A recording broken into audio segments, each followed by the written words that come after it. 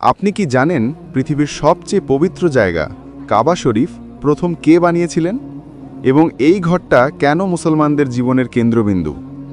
আজ আমরা জানব কাবা শরীফের রহস্যময় সৃষ্টি ইতিহাস, আদম আলাইহিসসালাম থেকে শুরু করে আজকের আধুনিক কাবা পর্যন্ত। ইতিহাসের পাতায় কাবা শরীফের শুরুটা চলে যায় মানবজাতির প্রথম যুগে, হজরত আদম আলাইহিসসালামের সময়কালে। আল্লাহ তাআলা যখন হজরত আদম আলাইহিসসালামকে জান্নাত থেকে পৃথিবীতে প্রেরণ করলেন, তখন তার হৃদয় ভরে উঠল বেদনায়। তিনি জান্নাতে আল্লাহর নৈকট্য অনুভব করতেন, কিন্তু পৃথিবীতে এসে সেই সংযোগ যেন দূরে সরে গেল। তখন আল্লাহ তাআলা ফেরেশতাদের মাধ্যমে তাকে নির্দেশ দেন, হে আদম, আমি তোমার জন্য পৃথিবীতে এমন একটি ঘর তৈরি করব যেটি হবে আমার ইবাদতের স্থান। তুমি সেখানে এসে আমার উপাসনা করবে, যেমন জান্নাতে বাইতুল মামুরে ফেরেশতারা করে। এইভাবেই প্রথম কাবা ঘর তৈরি হয়, যা ছিল সাধারণ কিন্তু পবিত্র এক স্থাপনা। তখন সেটি পাহাড়ি অঞ্চলে আজকের মক্কার জায়গাতেই তৈরি হয়। অনেক ইতিহাসবিদ বলেন সেই ঘরটি মাটির, পাথরের এবং সাধারণ কাঠের তৈরি ছিল। হজরত আদম আলাইহিসসালাম ও তার সন্তানরা সেখানে নিয়মিত ইবাদত করতেন। সময়ের সঙ্গে যুগ পেরিয়ে যায়, মানুষ বাড়তে থাকে। আদম আলাইহিসসালামের মৃত্যুর বহু বছর পর পৃথিবীতে অনেক পরিবর্তন আসে। একসময় নূহ আলাইহিসসালামের সময় ভয়ঙ্কর বন্যা দেখা দেয়, যেটি সমগ্র পৃথিবীকে গ্রাস করে ফেলে। এই বন্যায় আদম আলাইহিসসালামের তৈরি কাবা শরীফের মূল কাঠামো মাটির নিচে চাপা পড়ে যায়। শুধু তার পবিত্র স্থানটিই রয়ে যায়, চিহ্ন হিসাবে, যেটি আল্লাহ তাআলা সংরক্ষিত রাখেন। অনেক বছর পর আল্লাহ তাআলা নবী ইব্রাহিম আলাইহিসসালামকে আদেশ দিলেন, তুমি সেই ঘরটি পুনরায় নির্মাণ করো যেখানে মানুষ আমার ইবাদত করবে। ইব্রাহিম আলাইহিসসালাম তার স্ত্রী হাজেরা আলাইহিসসালাম এবং পুত্র ইসমাইল আলাইহিসসালামকে মক্কার নির্জন উপত্যকায় রেখে যান। তখন সেখানে কোনো গাছপালা, পানি কিছুই ছিল না, কিন্তু আল্লাহর রহমতে হাজেরা আলাইহিসসালামের দৌড়ের মাধ্যমে জমজম কূপের পানি বের হয়। এই পানির আশেপাশে ধীরে ধীরে বসতি গড়ে ওঠে এবং সেই অঞ্চলই আজকের মক্কা। একদিন আল্লাহর আদেশ আসে, কাবা ঘর পুনর্নির্মাণের সময় হয়েছে।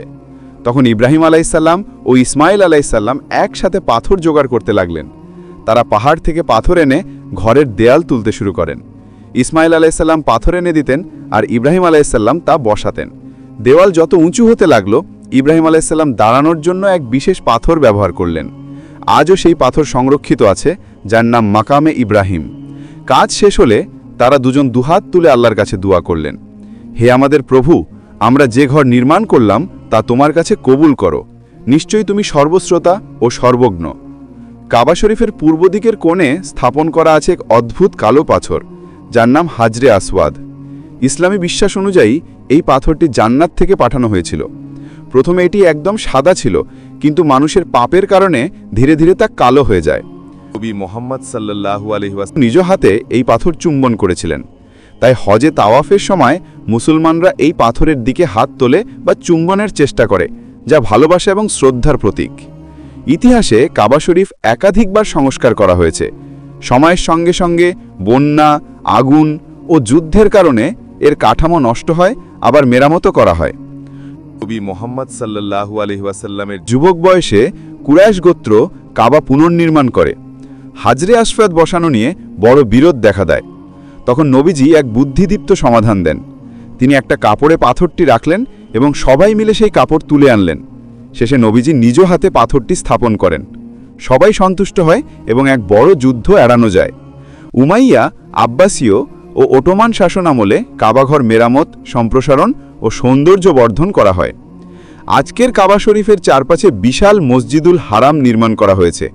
হাজার হাজার তলা, শীতাতপ নিয়ন্ত্রণ, স্বয়ংক্রিয় দরজা ও 100 শতাধিক মিনার সহ এটি পৃথিবীর বৃহত্তম মসজিদ। বর্তমান কাবা শরীফ একটি ঘনাকৃত স্থাপনা। দৈর্ঘ্য প্রায় 12 মিটার, প্রস্থ প্রায় 10 মিটার, উচ্চতা প্রায় 15 মিটার। এর বাইরের অংশ ঢেকে রাখা হয় এক বিশেষ কালো কাপড়ে, কিসওয়া। এই কাপড়টি প্রতি বছর নতুন করে বদলানো হয়। কিসওয়াতে সোনার সুতায় কুরআনের আয়াত লেখা থাকে। ভিতরের অংশে রয়েছে 3টি স্তম্ভ, কিছু ঝুলন্ত প্রদীপ এবং সুগন্ধে ভরা পরিবেশ। বাইরে কাবার দরজাটি সম্পূর্ণ সোনার তৈরি, যার ওজন প্রায় 300 কেজি। কাবা শরীফের আশেপাশে আরও কিছু গুরুত্বপূর্ণ স্থান রয়েছে। 1. হাতিম, কাবার উত্তর দিকের অর্ধবৃত্তাকার দেয়াল। এটি আসলে কাবারই অংশ ছিল, কিন্তু কুরাইশরা জায়গার অভাবে বাইরে রেখে দেয়। তাই হাতিমের ভিতরে নামাজ পড়লে তা কাবার ভিতরে নামাজের সমান সওয়াব। 2 নম্বর হচ্ছে মাকামে ইব্রাহিম, যে পাথরের ওপর দাঁড়িয়ে ইব্রাহিম আলাইহিসসালাম কাবা নির্মাণ করেছিলেন, সেখানে আজও তার পায়ের ছাপ দেখা যায়। 3 হচ্ছে জমজম কূপ, হাজেরা আলাইহিসসালামের কাহিনীর অলৌকিক পানি, যা 1000 বছরেও শুকায়নি। হজে আগত সবাই এই পানি পান করে। কাবা শুধু একটি ভবন নয়, এটি মুসলমানদের ঐক্যের প্রতীক। বিশ্বের যেখানেই থাকি না কেন, সবাই একদিকেই মুখ করে নামাজ পড়ে, কাবার দিকে। প্রতিদিন কোটি কোটি মুসলমান একই কিবলার দিকে সেজদায় মাথা রাখে। এ যেন পৃথিবীর প্রতিটি হৃদয় থেকে আল্লাহর দিকে এক দৃষ্টির আহ্বান। হজের সময় লক্ষ লক্ষ মানুষ এই কাবার চারপাশে তওয়াফ করে, দোয়া করে, কান্না করে এবং আল্লাহর কাছে ক্ষমা প্রার্থনা করে। যারা একবার কাবা দেখে তারা বলে, যেন স্বর্গের দরজা খুলে গেল আমার সামনে। কাবা শরীফের ইতিহাস আমাদের শেখায়, মানুষ যতই সময় পার করুক, আল্লাহর ঘর ও আল্লাহর ইবাদত কখনো হারিয়ে যায় না। আদম আলাইহিসসালামের হাত থেকে শুরু করে ইব্রাহিম আলাইহিসসালাম, নবী মুহাম্মদ সাল্লাল্লাহু আলাইহি ওয়াসাল্লাম, সবাই এই ঘরের সঙ্গে যুক্ত ছিলেন এক ঈমানের বন্ধনে।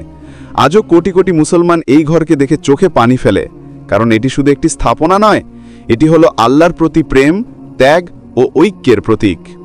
যদি ভিডিওটি ভালো লাগে তাহলে ইসলামিক ইতিহাস ও বাস্তব ঘটনার আরও এমন ভিডিও পেতে চ্যানেলটি সাবস্ক্রাইব করে পাশে থাকুন। আল্লাহ আমাদের সবাইকে কাবা শরীফে হজ করার তৌফিক দান করুন। আসসালামু আলাইকুম।